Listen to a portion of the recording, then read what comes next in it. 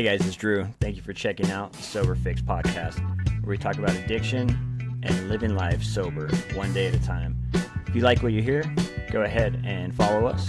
And if you get some time, check out our Instagram page at the Sober Fix podcast, and also our YouTube and TikTok at the Sober Fix. Hope you enjoy the episode. Hey, what is up, guys? Thank you for checking out another episode. We are at season 2, episode 22. And I'm super excited today. We've got the Monty Man on, and from Take 12 Recovery Radio. And I know I've talked about it on an episode before, but I was able to go onto his podcast, and that was a lot of fun. He has been doing this for years. He's got, I believe, Monty, it's 933 episodes, somewhere around there. Is that right? Yeah, actually, we've got about 2,000. 2,000. Yeah, because there was a bunch of them that they're on CD. I got real weird about it, and I got to have a CD copy of every show, right?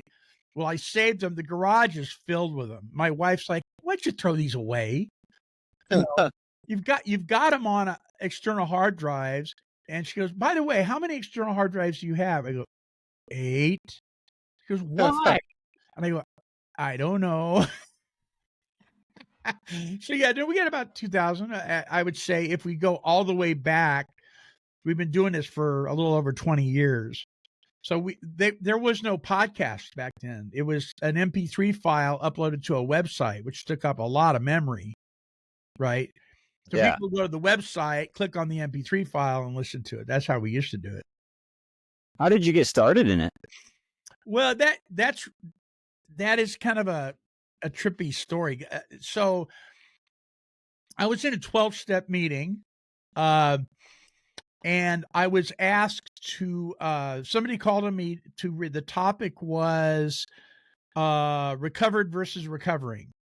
So just by the topic, that's going to be controversial, right? And so I was called on to read a portion of this particular 12-step meeting's literature.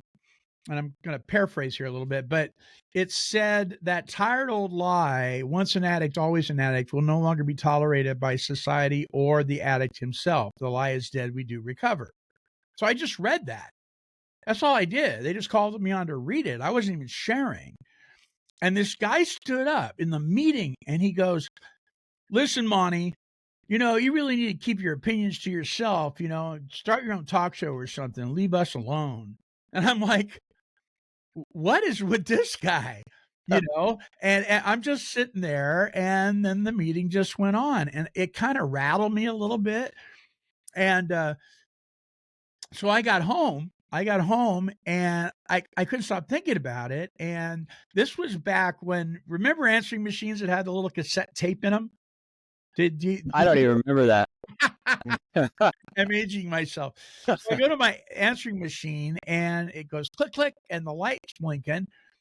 And there's this gal named, I don't remember her name now for the life of me. But anyway, she was a music manager in Nashville.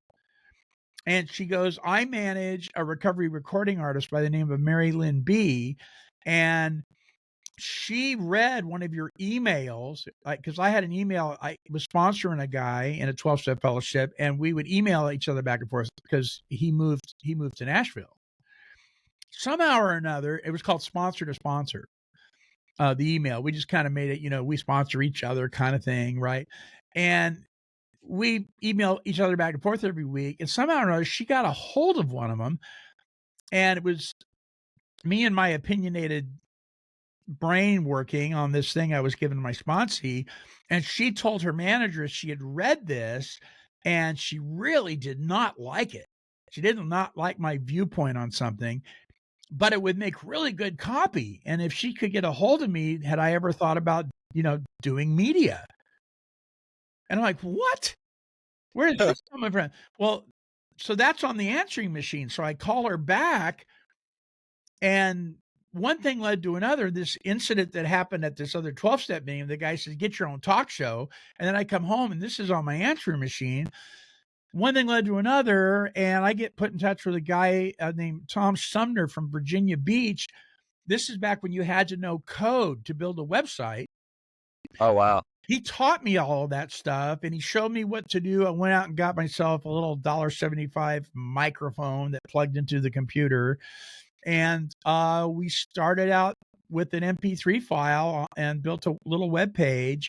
And once a week, I just talked, and then the next thing you know, somebody came over to the house and they talked with me. And then one thing led to another, to another, to another. And 20 years later, so we had the first, it was the original 12-step focus drug and alcohol recovery podcast on the internet. We were the first ones to do it. Now hundreds of people are doing it. We're not the biggest, we're not the best or anything like that, but we were kind of the pioneers of it. And so here we are. And what a blessing it's been. But I'll tell you what, though, buddy, it's not been without its challenges, because you get the tradition police out there and they get all riled up. You're breaking the anonymity tradition, which we're really not. If you notice, I didn't say what fellowship I attended. I never have. I've never said what fellowship I'm a member of. I've never said it. People can guess, but I've never actually said, my name's Monty and I'm a member of.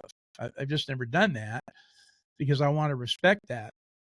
But yeah, so it's been a lot of fun. Authors, celebrities, the regular Joe or Jane, that is working their program or struggling to work their program, or stories of experience, strength, and hope. And it's just been absolutely amazing, man. And it was great having you on our show. Us podcasters, we got to help each other, man. We got to keep it going, right? Yeah, exactly.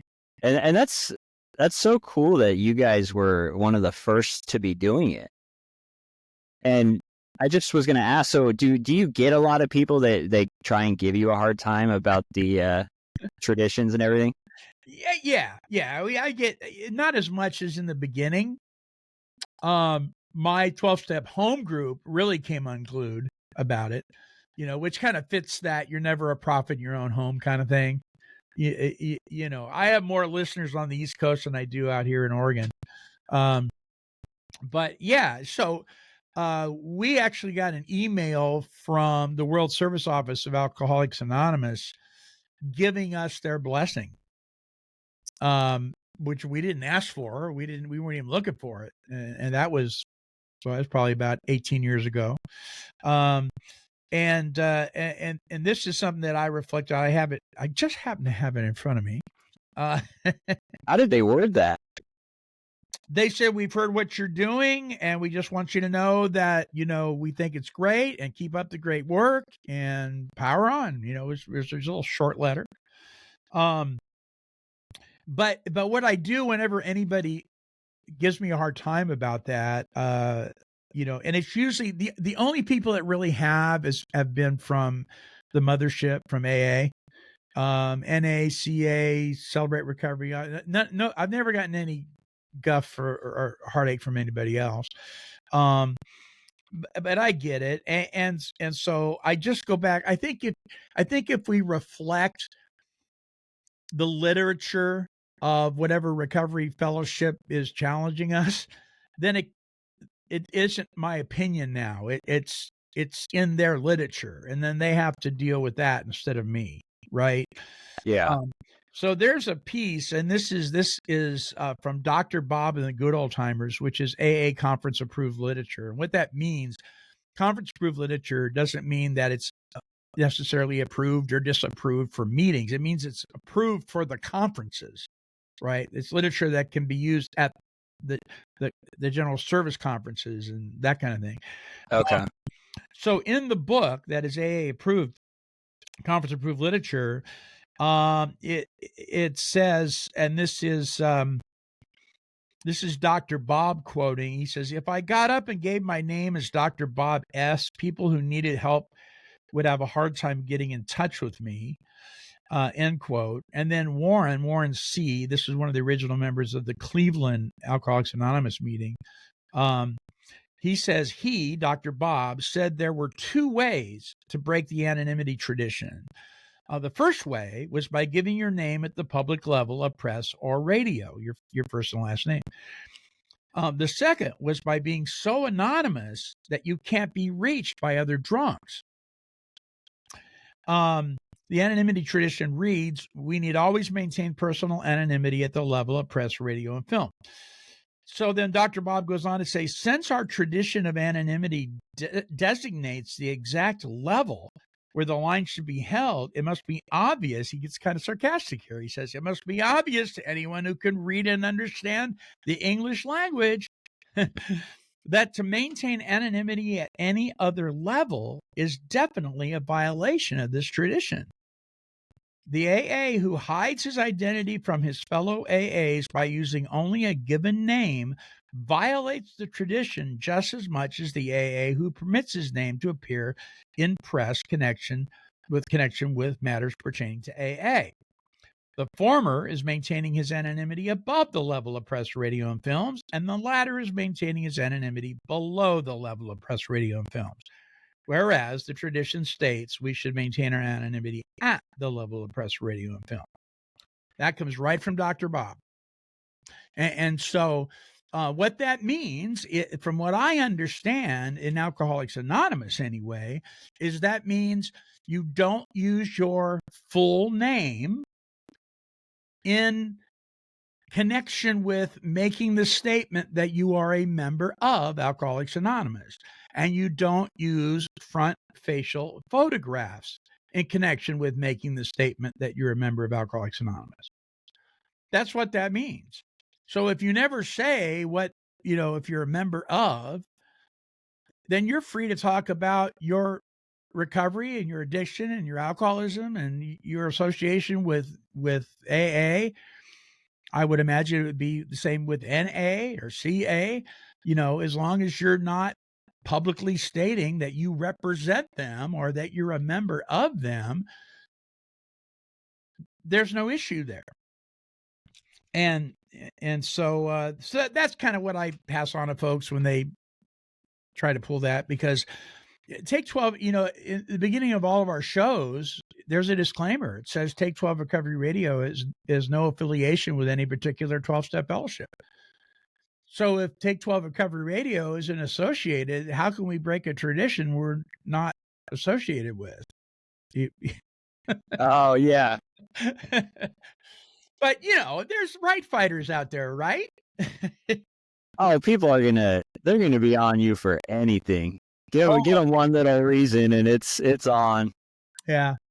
But we do a lot of work. We do a lot of AA focused workshops. Chris S., who is my mentor, a friend of mine that I've known for years, probably one of the most downloaded AA circuit speakers on the internet today.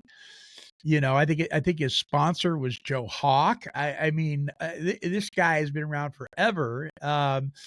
We do workshops together, and one of them was walking through the Big Book. We did 33 one-hour workshops going through the Big Book from dust jacket cover to dust jacket end. It was the most comprehensive study of the Big Book of AA that has to date ever been recorded in audio format.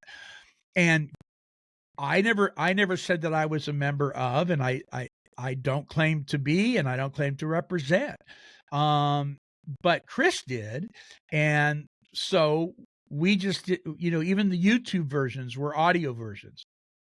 We don't use his picture. We don't use his last name, Okay. So I think we're very respectful of that. We're getting ready to finish up a series called Walking Through the Language of the Heart, which is Bill Wilson's Grapevine writings from 1944 to 1970. We've got 91 of them, 91 episodes done already. Oh my gosh. It's an amazing book, though, The Language of the Heart, of these Grapevine writings that Bill wrote.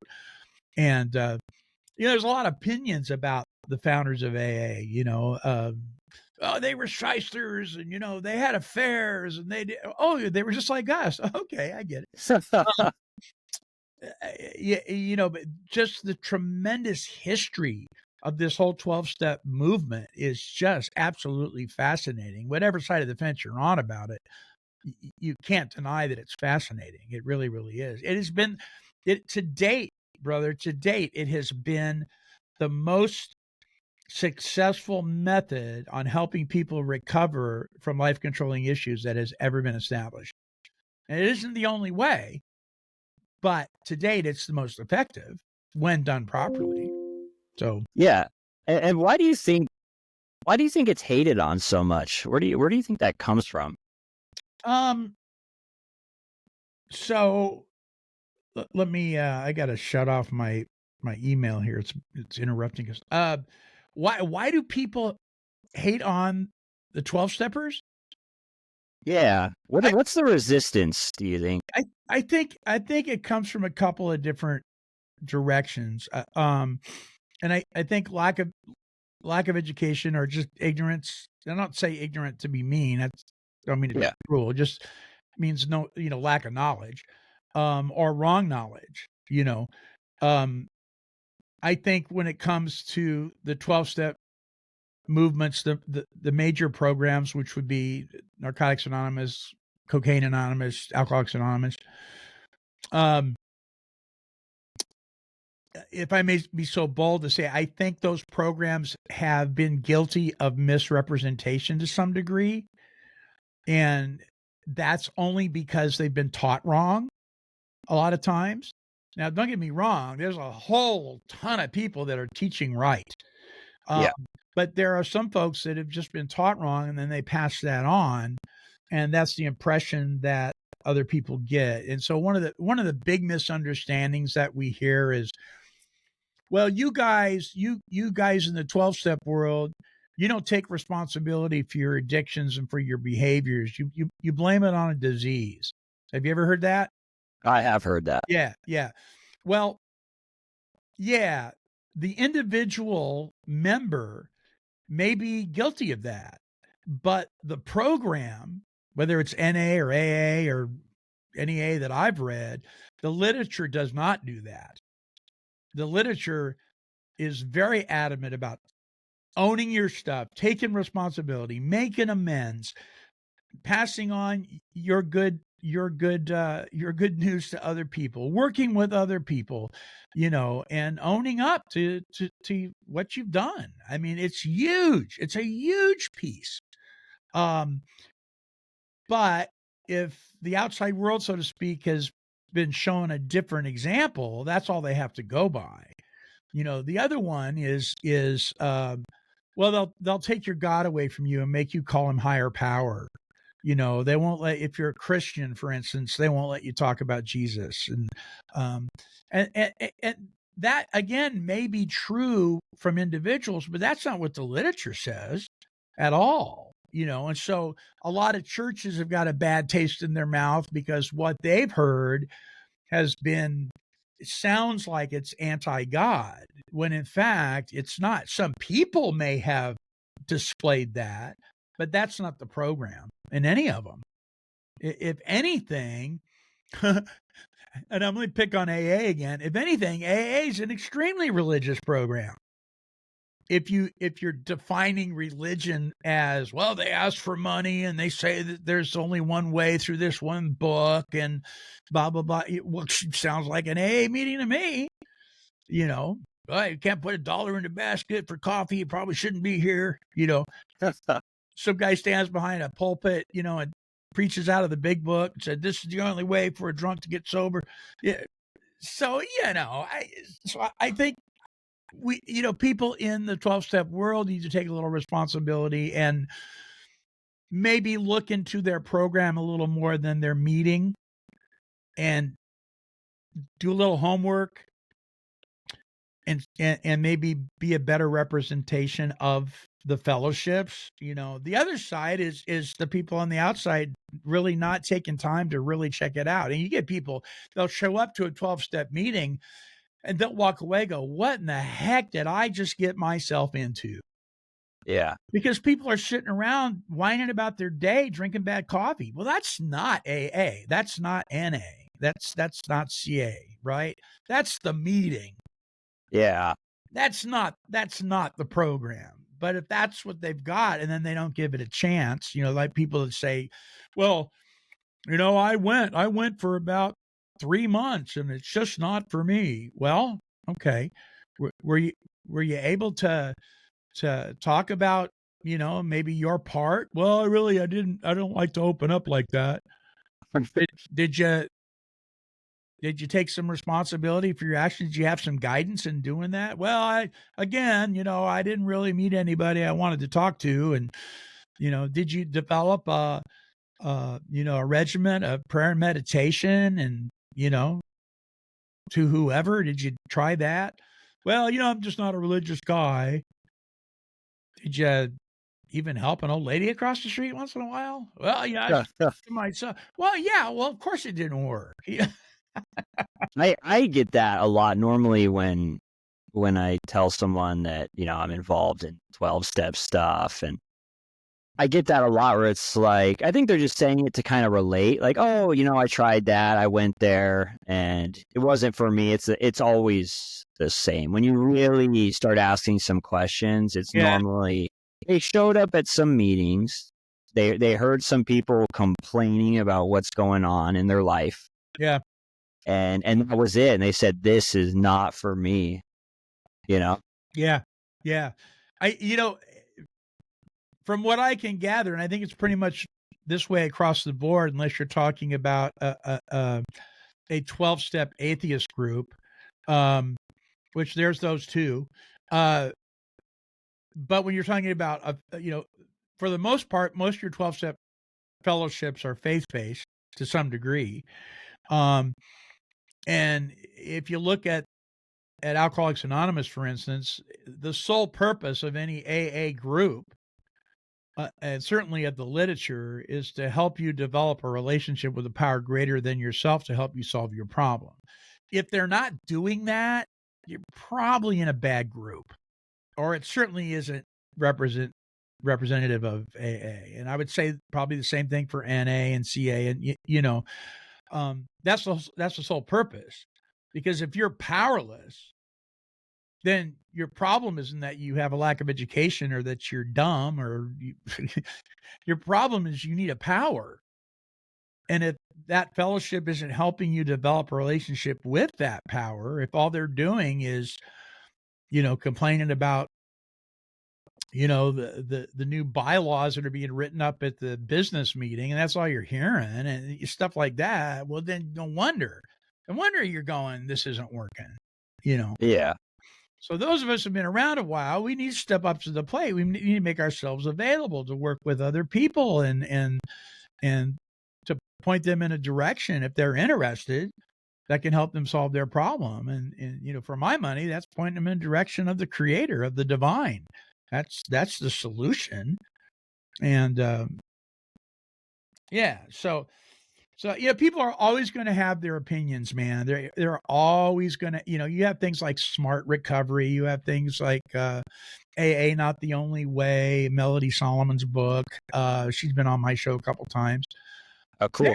She is totally anti 12-step, but I'll have her on my show. Heck, why not? Oh, I love hearing from everyone. Sure. Dr. Alan Britt. Now, I'm just going to say this. I'm a born-again, Bible-thumping Christian. I say that tongue-in-cheek. But one of my closest friends is one of our greatest supporters, Dr. Alan Berger. He's the author of 12 Stupid Things That Mess Up Recovery and a host of other books. He's the emotional sobriety guru, that guy. And he's a Jewish gentleman. And we joke about it all the time. Who would have thought that a Jewish guy and a Christian guy had become such good friends? We don't see eye to eye on some things. And he's a PhD. He comes from a scientific angle. I come from a spiritual angle. But we both are able to come together and meet in the middle, and it works. Yeah. Wow, that's cool. I didn't know that you knew him. Yeah, he's a pretty amazing man. You get to learn some cool stuff from him? Oh, man. Yeah. I'll tell you what, I've learned more about what Bill Wilson referred to as the next frontier, and that's emotional sobriety, from Dr. Berger than anybody else.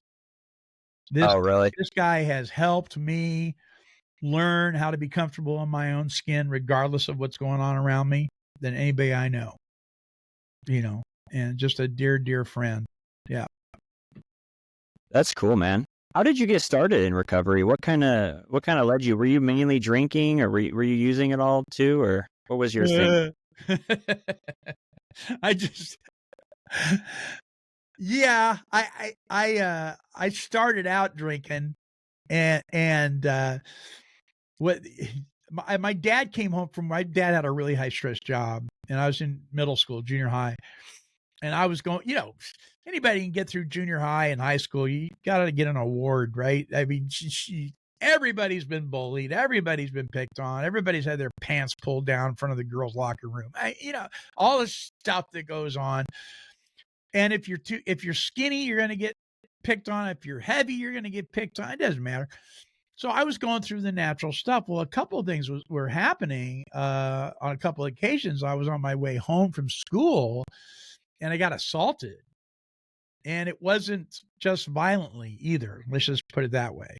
And it really messed me up, and I didn't know how to deal with that. I too embarrassed to talk to my folks about it. I didn't know what to do. But I watched my dad. I knew his job was really high stress, and he'd come home from work and he'd pour himself a little Christian Brothers brandy and 7-Up. Very seldom would he ever finish it. He'd just have a couple sips, read his paper, and he just defragged. He just, right? So I thought, maybe I'll try that. Knowing that I wasn't of age, knowing it was wrong to do it, I knew I had to sneak it, right? So I go into the liquor cabinet, my dad's liquor cabinet in the kitchen, and I pour myself, it was a mug about the size of my coffee mug here, and which is not as big as that, but pretty good size. And I poured it to the top of brandy, and I downed it really fast because I knew I didn't want to get caught, right? So I downed it really fast, and immediately I was like, I found the magic elixir. This is it. And so you know what I did next? I drank another one. I drank another one. I was drinking alcoholically, and I didn't even realize it. And I went to the school dance that night, and man, I could dance, and everybody was clapping for me, and they were laughing at me is what they were doing, but I didn't care. I'm in the middle of the junior high school dance, and everybody's circling around me and clapping and cheering, and I'm doing spins. I'm just having a great old time. And from that point on, I was on this journey of let's change the way I feel any way I can. Right. And it went from that. And I was a heavy kid. And the next thing I know, I'm popping white crotch tops, that some gal had in high school to help her lose weight. And then I went from that to crank, back when we called it crank, and that went right into methamphetamine. And then the alcohol kind of took a back seat. And then the methamphetamine journey took me to places that real dark places. And most people that have had that experience, there's nothing that surprises you. I woke up in places I shudder to even think of sometimes, and ended up doing things that I robbed a deli with my finger, for crying out loud. With your finger? Yeah, I'm a pacifist, right? So I'm like, but I needed my dope, man. Yeah. And this was like 30 years ago or something. And, I wrapped a sweater around my hand, and I walked into this deli that was up on this hilltop up in Portland. There was only one way up that. There was a 2-lane road going up and coming down.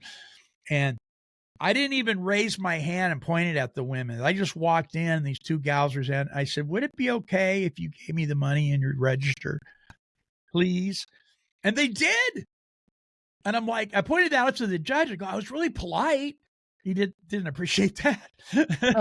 I asked kindly. Yeah. But if they're convinced that you have a weapon, then it's just like you did have a weapon. Right. So I did a little time as a guest of the state for that little shenanigan, but those are the kind of things that we do. I woke up in the weirdest place. I mean, weird places, like in the middle of sticker bushes in a park, that was over by an Air Force base.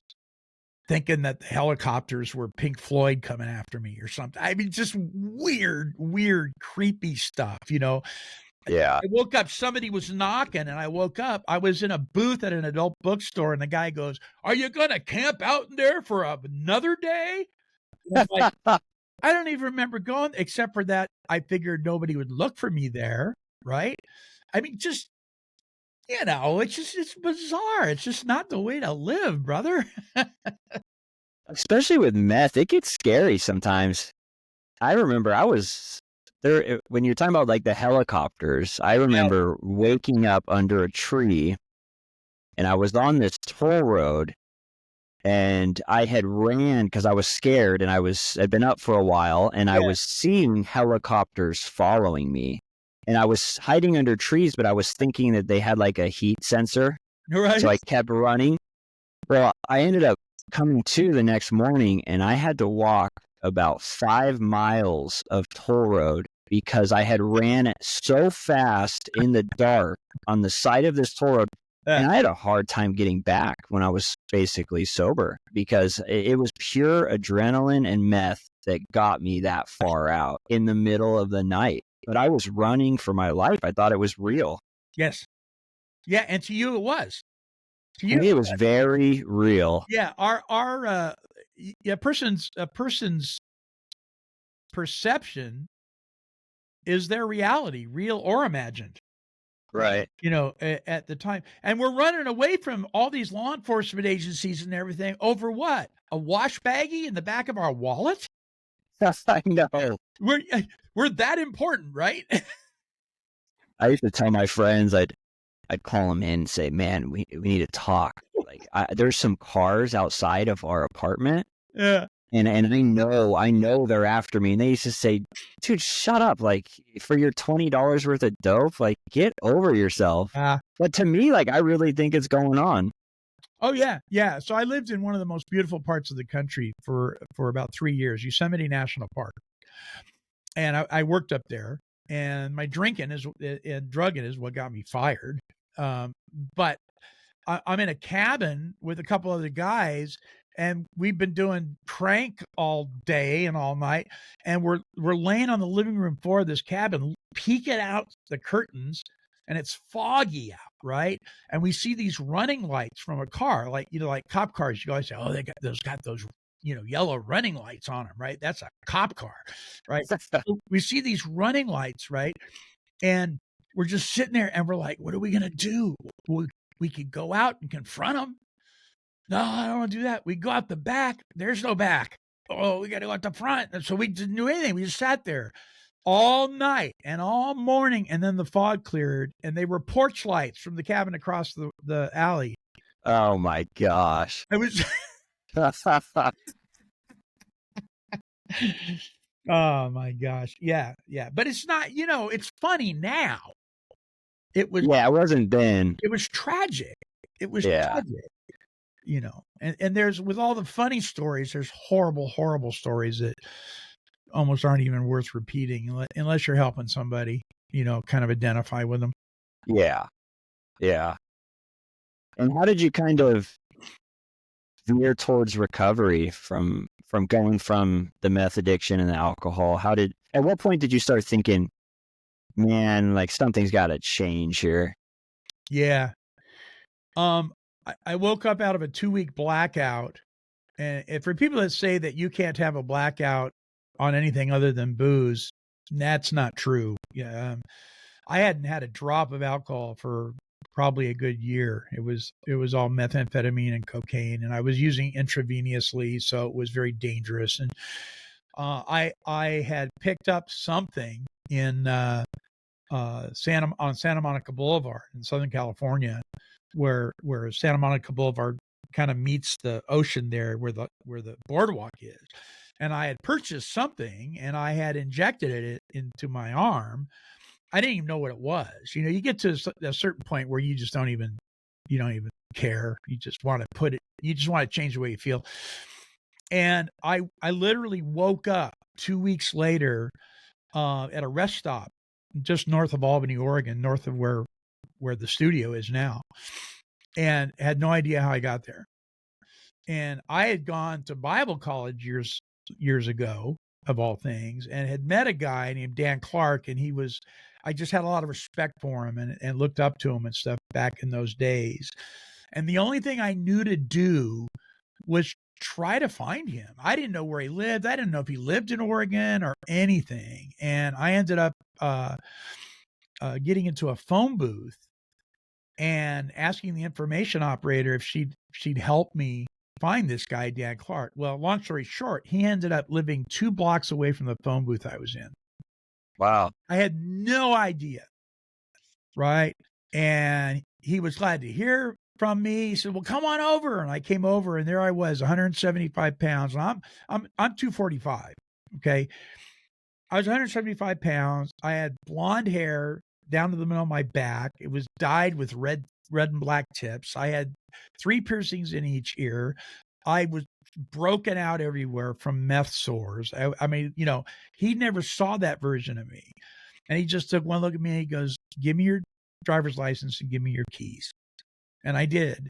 And I stayed with him and his family until I got into the Teen Challenge program, because I couldn't get into a treatment program because I didn't have any insurance. Hospitals were filled. I didn't know anything. And he said, "Well, I think our church knows about a program called Teen Challenge, and it's for adults, and it's in Lebanon, which is not too far from here either. And what do you think?" And I said, "Yeah, I'll do anything, man." Because that scared the daylights out of me. The last thing I remember was I'm in LA and now I'm in Oregon. Yeah. And I was just like, yeah, I can't. And I had a relationship with the Lord. I knew who God was in my life, and I just turned that part off because I couldn't look at it, right? And so I knew in my gut, deep in my spirit, I knew something had to change. And so I went through the Teen Challenge program, and that was 1985 or something like that.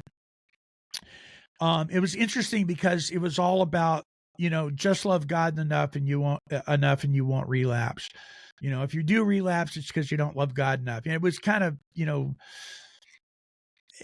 didn't know any better. They didn't know anything about addiction back then. They had no idea, right? It was just like, if you know better, you'll do better, right? Yeah. Well, there's a lot more to that. You and I know that. But I will say this, it was a safe place for me to be.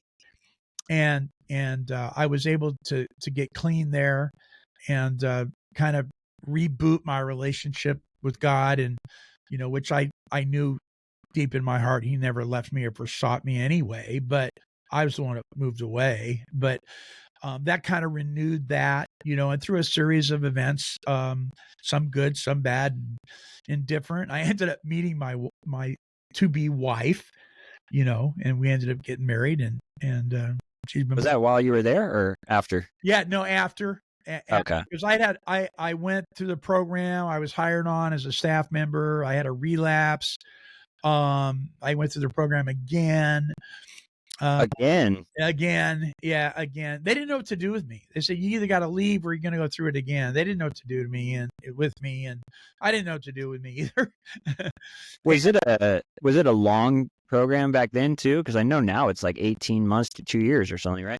It depends on the center. At the time, Okay. I think it was 8 months. The Pacific Northwest Teen Challenges now are a year. Oh, okay. And they have like a 6 months internship, 3 to 6 months internship if you want to stay on as an intern and that kind of thing. Okay. They're much more welcoming of the clinical piece now than they used to be. They're realizing that there's a medical part of this. It's not just a spiritual dilemma; it's a medical one too. And Yeah. so they're made a lot of changes. They've come a long ways, Anyway, I ended up working for them years later as the education director at a center not far from here for a number of years until my retirement. But yeah, Marsha and I we got married when I was I had left there. I had moved in with her folks. Her dad was a retired pastor, and he let me move in with him, and I got a job and kind of got my life back into order. And Marsha put up with me, and I walked into the doors of a 12-step meeting, and people told me, well-meaning, godly people told me, don't go there. They're it's secular and all that. Well, I went there and they showed me what the church just didn't have at the time. Yeah. Things are getting a lot better with the organizations like Alcoholics Victorious and Overcomers Outreach and Celebrate Recovery and things like that. It's changed a lot. But back then, all you had was AA and NA and CA, right? And maybe OA. That's all you had. So I went into the doors of one of those programs and met another guy who believed the way I believed, and he took me through the literature. He walked me through the 12 steps. And lo and behold, this guy who thought I knew who God was, I had a spiritual awakening as a result of working those steps. And everything changed. And it was like, why can't I'm going to meetings? I'm doing this. I'm in church every time the doors are open. Why can't I stay clean? And in the process of working the steps, it was like God spoke to me, not audibly, but just in my heart. It was like when you stop depending on your prayers and you start depending on the one you're praying to, you'll stay clean. When you stop depending on those meetings and start depending on the one they keep telling you about in the meetings, you'll stay clean. And when you stop depending on your sponsor and your pastor and even the steps and start depending on the one those are pointing to, you'll stay clean. And see, what I was doing for a long time, my friend, is I was depending on the methods, right? Not the method giver. And once I gave up. I just surrendered. I said, I can't do this. I can't effectively pull the needle out, put the plug in the jug. I can't, just go to meetings, 90 and 90, blah, blah. That doesn't work. Don't use no matter what. Really? If that had worked, I would have done that. But I was powerless. I had no power. And so I started depending on the methods. They don't have any power. They point to the power. Right? Yeah. And so when that happened, it went from religiosity to relationship. And then that was 27 years ago when I finally surrendered and said, I can't do this. And God's been faithful ever since. That's so cool. And I like hearing your story too, because you were someone that already believed in God going into the steps. And still had that spiritual awakening. Yes. I was walking around asleep thinking I was awake. Yeah. And did you notice that? When did you start to notice that? Was it when you had completed all of them? Was it somewhere in the middle? So that thing that I said about, God speaking to my heart, telling me, stop depending on these things to start depending on me. That happened really in the 11th step, working the 11th step, improving my conscious contact with God. I truly believe, and this is controversial amongst a lot of people, I don't think it should take more than 3 days to 3 weeks at the max to work the steps. People are dying. They don't have time for this year-long stuff, step a month. That's fine as a meeting topic, but not as your personal recovery program. Hey, listen, the Cleveland group, which was the first group to be called Alcoholics Anonymous, has Clarence Snyder and the boys, right? And Dr. Bob and these guys. They took the alcoholic through the steps in 3 days. Dr. Bob took people through the steps in a day. Right? They had to have a spiritual awakening. They needed a solution now. They were dying, and so, this stuff about, because we lose people at step 4, we lose people at step 9, step 4, we're doing the inventory thing and all of our focus tends to be on the symptoms, all the ugly stuff that happened. Right? No. You don't chase down symptoms. You chase down causes and conditions, right? What was driving me? Was it resentment? Was it fear? What is in AA, the big book says, selfishness and self-centeredness. That was our problem. It wasn't alcohol. That comes with its own problems. But it was self. we had to stop playing God. It didn't work. I think the literature says, right? So I thought I was the God of my world. And so, okay, so you got all these people that you screwed over and that you harmed. Why did you do that? Well, I was a scared little boy who grew up to be a scared little boy.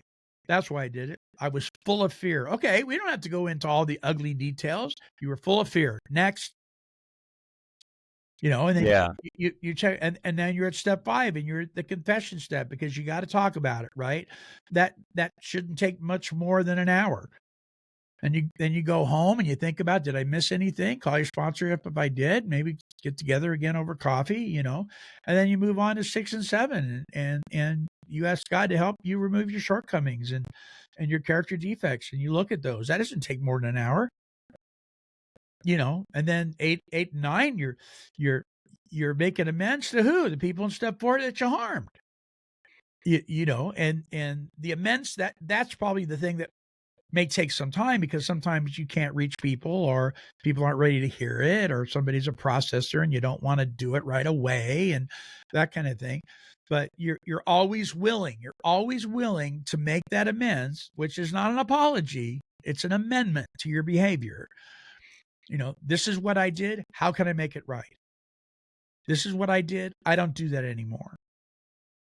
And then we move on.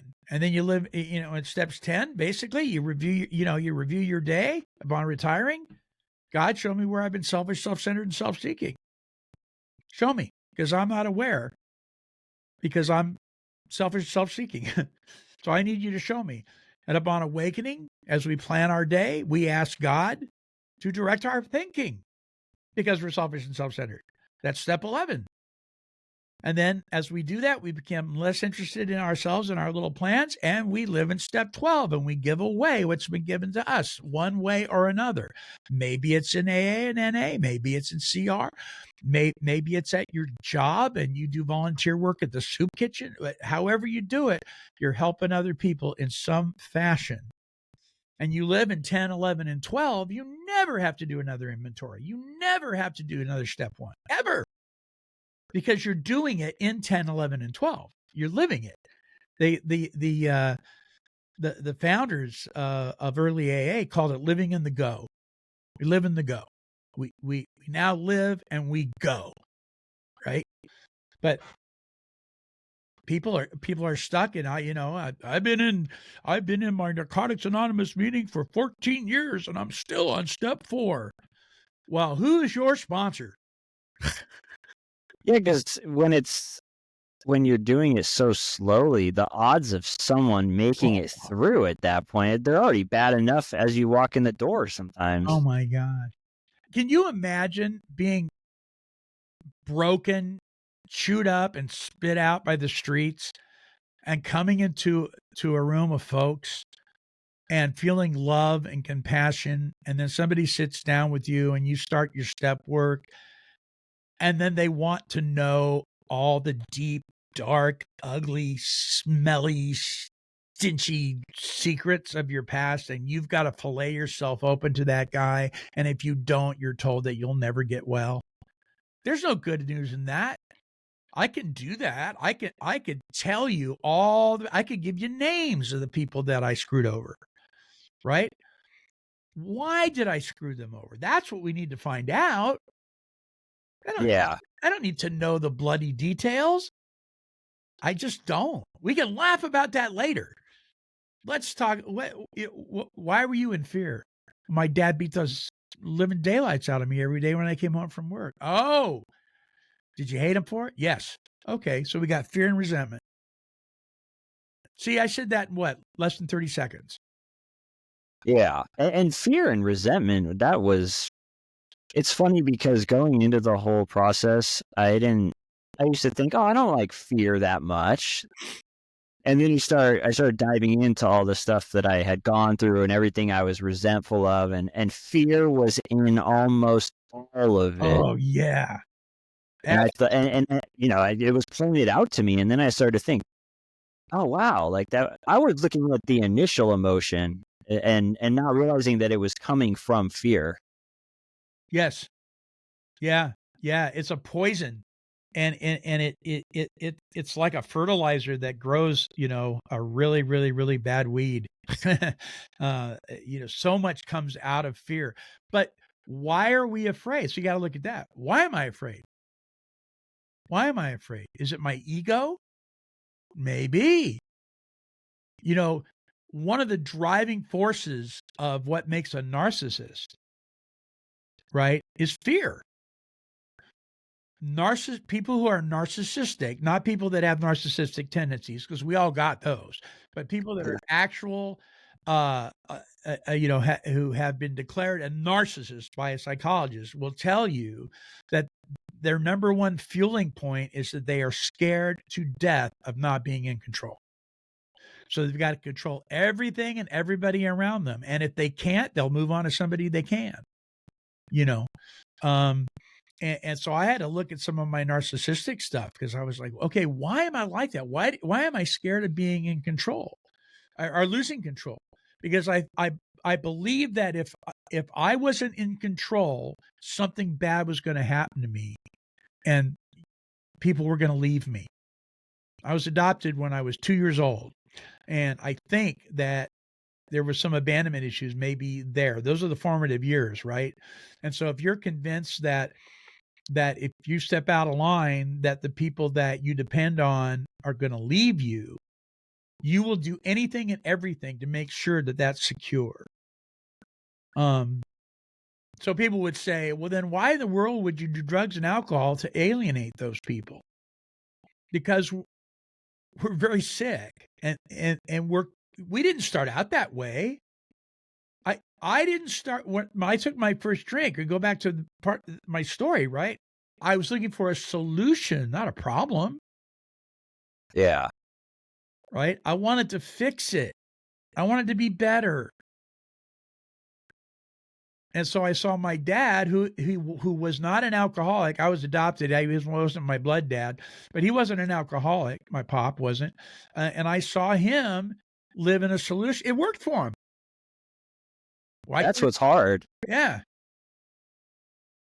Why can't it work for me? Well, I had the genetic makeup that he did not have, evidently. Yeah, because I used to look out at people that were drinking normally, or after a night of drinking would go home at the end of the night, and it didn't start some 2-3 year run. And yeah, and I thought I could get to that. I thought there was just some way of reorganizing my life or learning something, some education, something was going to teach me how to drink normally. And that's what I was missing, was the fact that it was never going to happen. So are you an alcoholic, if I could ask you? I always drank, but I always did drugs. But by choice, I would, if I had a choice between drugs or alcohol and I had money, I would pick drugs. Okay, so you would go the narcotic route. But when I don't have narcotics, then I'm just drinking a ton. Yeah. So, yeah, you may or may not be alcoholic. Who knows? But it's interesting that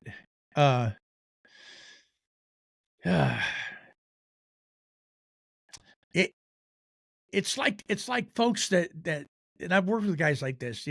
They quit drinking, but I'm not going to give up the marijuana. And so I'm like, they go, but I never got in trouble with marijuana, Monty. I never got in trouble behind cannabis. It relaxes me when I get home. I don't actually smoke that much. I spend maybe $20 a month on it, hardly anything. And I'm like, okay, well, it sounds like you're a pretty casual user and it's not getting you in any trouble. But here's my question. Why do you use it? And so the answer always comes back, but it always boils down to, I want to change the way I feel. Yeah. Okay, why? Now, I guess we could get really dogmatic about that and say that this cup of coffee has properties about it that changes the way I feel, right? I get up in the morning, I have a routine, getting my coffee is one of them. Why? Because it gives me a little lift. Maybe that's why. Or maybe it's just a habit. I just happen to grab the coffee cup. Because sometimes I'll drink my coffee and go, that isn't that good. But I'll finish it. So we could actually look at that too. Yeah. We could, but I'm not too concerned about that. But when somebody who's had a problem with another substance, that is definitely something that was changing the way they felt in a drastic way, and they want to give up one but not the other. I ask him, why do you want to change the way you feel? Why is that so important? If you're drinking coffee and 2 energy drinks, I'm going to ask you the same question. What is it doing for you? What changes the way I feel? Why do you want to change the way you feel? I had to take a real look at that. And you know why I wanted to change the way I felt, buddy? Because I wasn't happy with the way I was feeling currently. Yeah. Why? Because I was scared. If I'm stoned, I don't have to look at anything. I'm stoned. I'm just laughing. I'm watching the latest episode of Gutfeld and I'm cracking up. Whatever. I'm watching the Muppets. Yeah. Who can harm you when you're home smoking a bowl, watching the Muppets? The world, everything's right in the world, right? I guess.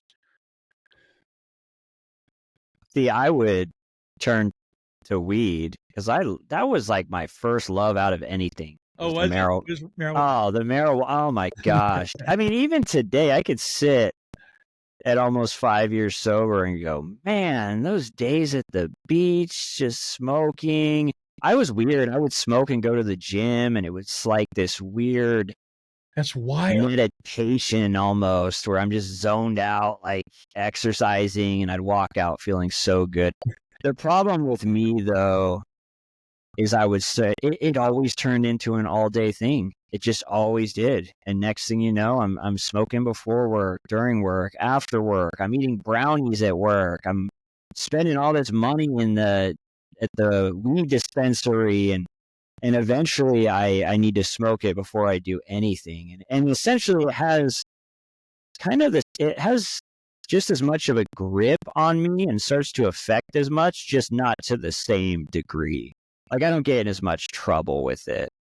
Sure. But I rely on it just as much as any other substance. So it essentially, I find myself in the same place. Yeah. See, I always had a real low tolerance to it. I was a cheap date. You know what I mean? Give Monty one hit off this joint and then stick him in a corner and he'll be good for the rest of the night. I mean, and that's the way it was. And for the first 20 minutes, I was having a good time. After that, I was feeling horrible. Yeah. I just felt horrible, drained, exhausted, body aches. Weed just, no. I was go chemical dude. You know what I mean? And yeah. I didn't want to sit around feeling like a piece of lettuce. But I had a buddy named Daniel. Daniel was so smoked out, nobody could tell that he was smoked out anymore.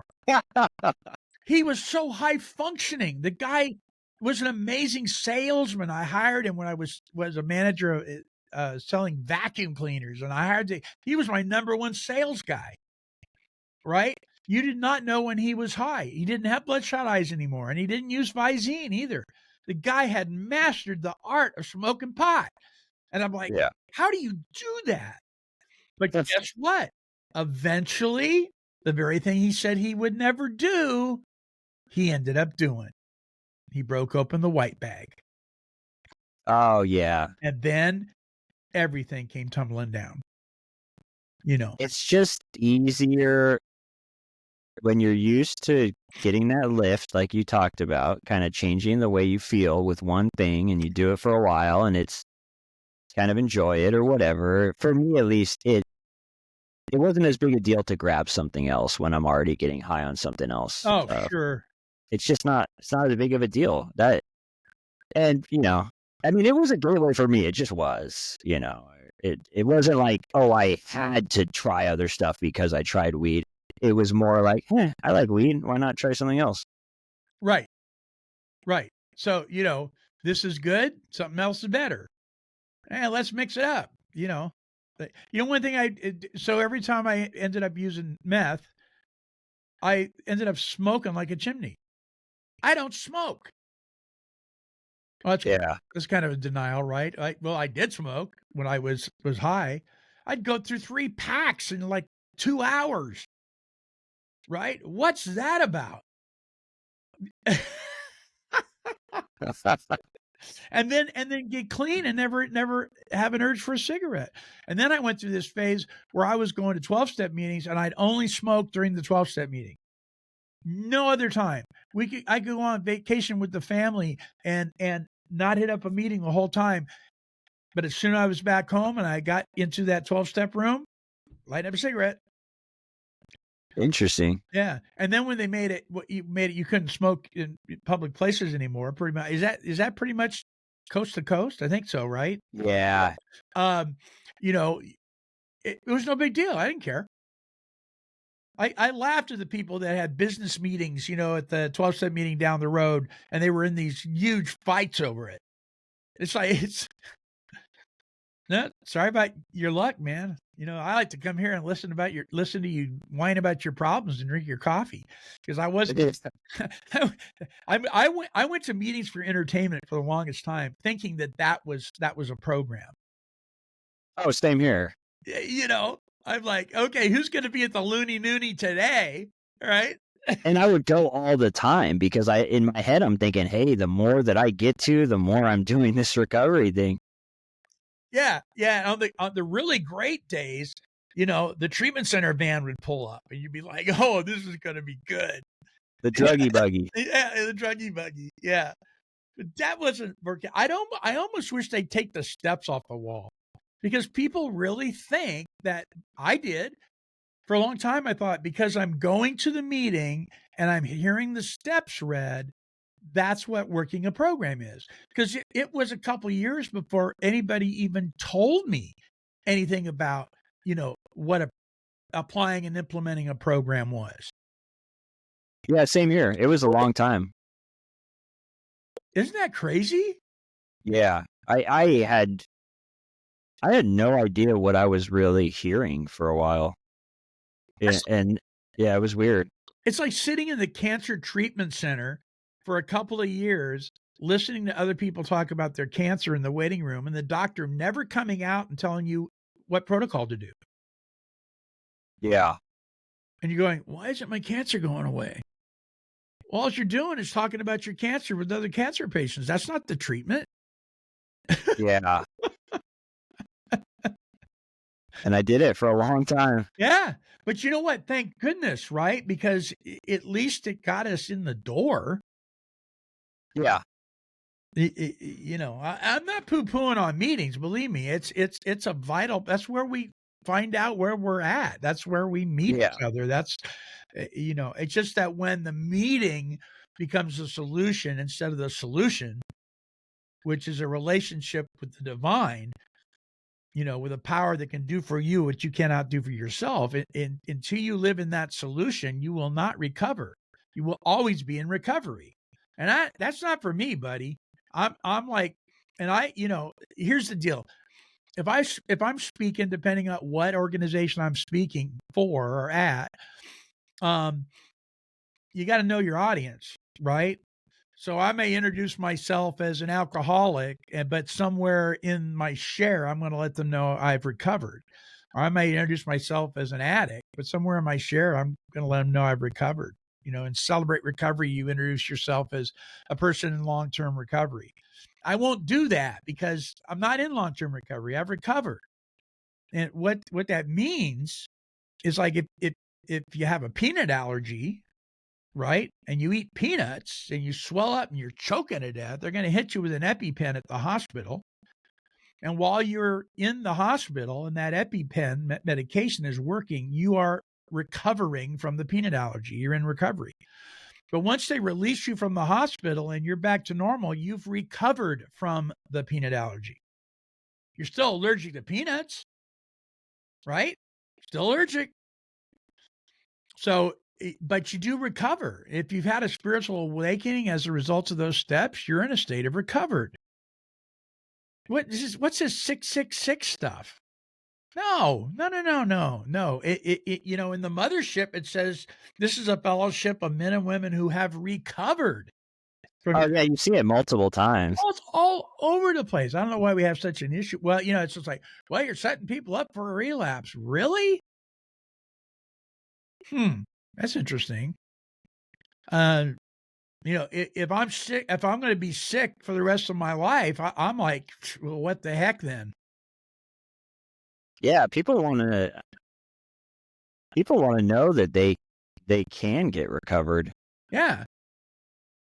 Now, I'm not going to introduce myself as a recovered this or that when I open up at a meeting, because I'll lose half the room. So immediately. Yeah. They're going to go, new topic. Get that guy out of here. Yeah. But at some point you got to share that. I mean, why are we here? To help share the good news to other people that there is a way out of this mess. Yeah. Well, let me ask you, Monty, I've had you for a while, man. I appreciate you so much for coming on. What's next for you? What's next for you in the podcast world? What do you got coming up? So, I've kind of joined forces with an organization called Came to Believe Recovery. And these are the guys, it came out of the Cleveland group with Clarence Snyder and the boys. And this is when they took people through the steps in a weekend. They had retreats. They had these retreats Clarence Snyder would do. And so that organization carried on his work. And the Salvation Army, which I did not know this, the Salvation Army, which is the largest provider of social services in the world. They're pretty humble. You see the red kettle at Christmas time, or maybe shop at a thrift store. Most people, that's the only exposure they've had. But they have more adult rehabilitation centers than any other organization across the board. And they came to the Came to Believe Recovery folks and said, listen, our program is like 5 to 6 months long. We take the guys through the steps, but we only get to step 5. They graduate, and then we see them again. They come back. What are we doing wrong? Well, you're not finishing the process, right? So they had Came to Believe come and put on a retreat, and they were so sold on it, and it was done in 3 days.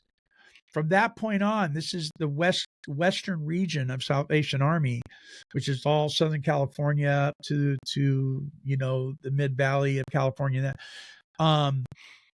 Their graduation rates went up. Nobody was leaving prematurely. People were experiencing a spiritual awakening. They were learning how to sponsor people. I mean, so Salvation Army in the western region anyway is making the 12-step process, which comes out of the original process of Alcoholics Anonymous, through the Came to Believe Recovery folks, which isn't really Came to Believe, isn't Came to Believe. It's just original AA, has adapted that method of taking the guys through the steps in 3 days, and now it's required at all their centers. And wow. So I got to go to a retreat up at City Team, which is a homeless program up in Portland.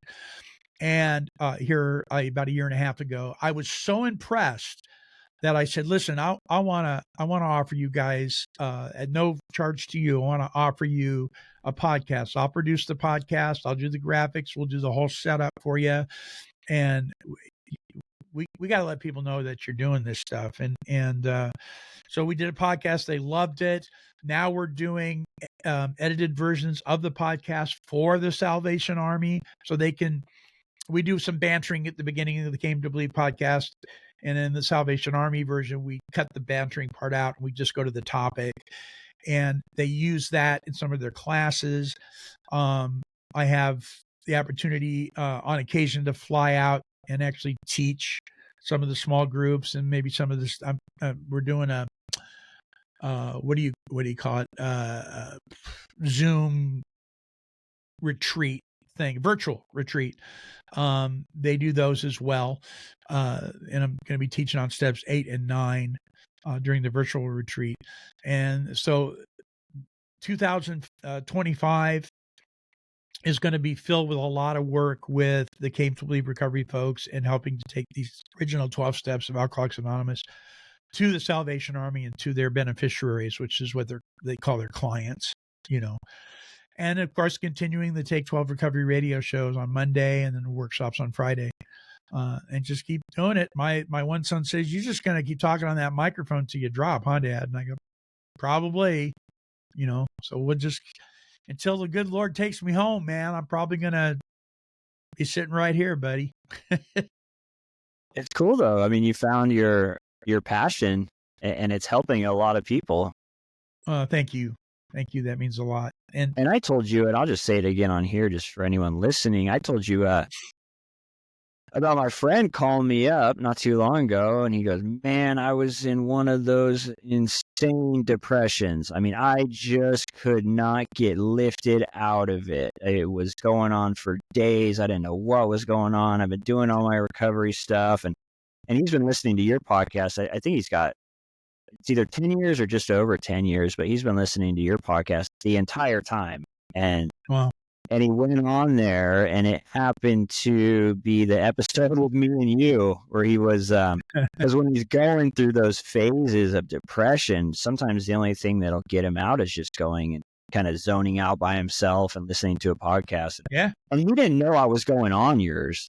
So it was like this random thing where he's been listening to you for years. He's in this crazy depression. He's trying to get out of it. Turns on your podcast. I'm on there with you. And he said it like brought him right out of it, you know. But I got to talk to him, and he loves your show. He was so excited that I was on it and stuff. So, which I know is cool to hear, you know. Yeah, that is. And I want to encourage you. Thank you for sharing that again. That means so much. Because I get enough, I wouldn't call it hate mail, but I get my fair amount of naysayers. It's nice to hear that, you know, now and then. Yeah. It really is. And I want to encourage you too, man. You do such a good job of what you're doing, and your Instagram and TikTok is I mean, the graphics are great. The text is great.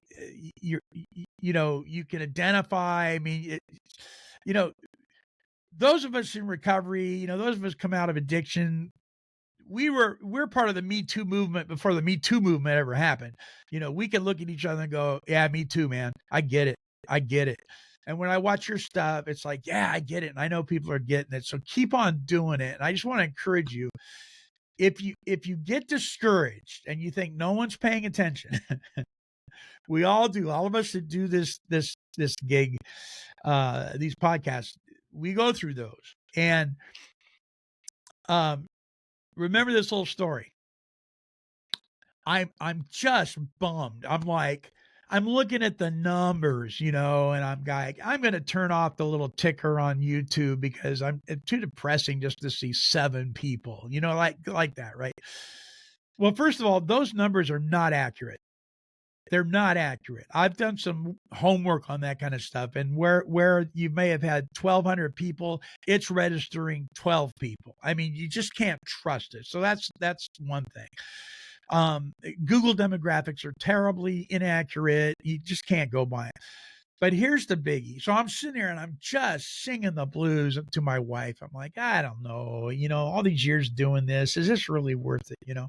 And I went out to the studio and I checked my email, and I got an email, and this guy writes me. He says, "Dear Monty Man, I want you to know that I got on your website and I listened to a podcast that you did 6 years or so ago, and I took the gun out of my mouth."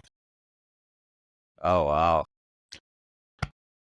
Just about knocked me over. So we don't know. You know, we trust God and love each other. We do God's work, and we let him work out the details. We're obedient to his call in our life, whatever that is, and he does the rest.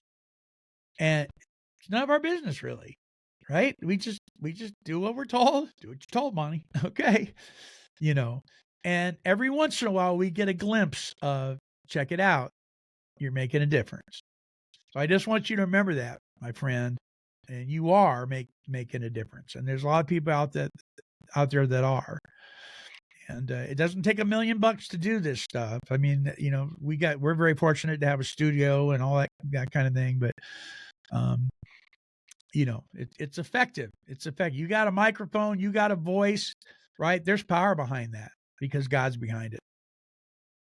Yeah. No, thank you, Monty. I appreciate you telling that story, and I've loved having you come on, man. It was super cool to be on your show, and I just want to say thank you again for coming on. Thanks for coming and talking with me. Thanks for letting me go on yours. Let's do it again, dude. Let's have you back on again, and we can swap. Yeah.